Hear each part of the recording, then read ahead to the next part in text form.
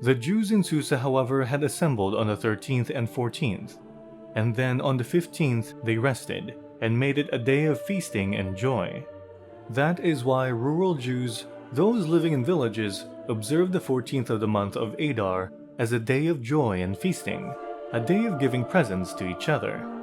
Mordecai recorded these events, and he sent letters to all the Jews throughout the provinces of King Xerxes, near and far, to have them celebrate annually the 14th and 15th days of the month of Adar, as the time when the Jews got relief from their enemies, and as the month when their sorrow was turned into joy, and their mourning into a day of celebration.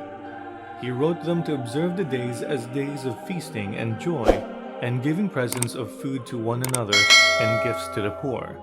So the Jews agreed to continue the celebration they had begun, doing what Mordecai had written to them. For Haman son of Hammedatha, the Agagite, the enemy of all the Jews, had plotted against the Jews to destroy them, and had cast the pur, that is, the lot, for their ruin and destruction. But when the plot came to the king's attention, he issued written orders that the evil scheme Haman had devised against the Jews should come back onto his own head, and that he and his sons should be impaled on poles. Therefore these days were called Purim, from the word pur, because of everything written in this letter, and because of what they had seen and what had happened to them. The Jews took it on themselves to establish the custom that they and their descendants and all who joined them should without fail observe these 2 days every year, in the way prescribed and at the time appointed. These days should be remembered and observed in every generation by every family, and in every province, and in every city.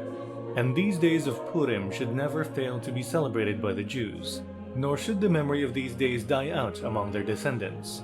So Queen Esther, daughter of Abihail, along with Mordecai the Jew, wrote with full authority to confirm this second letter concerning Purim.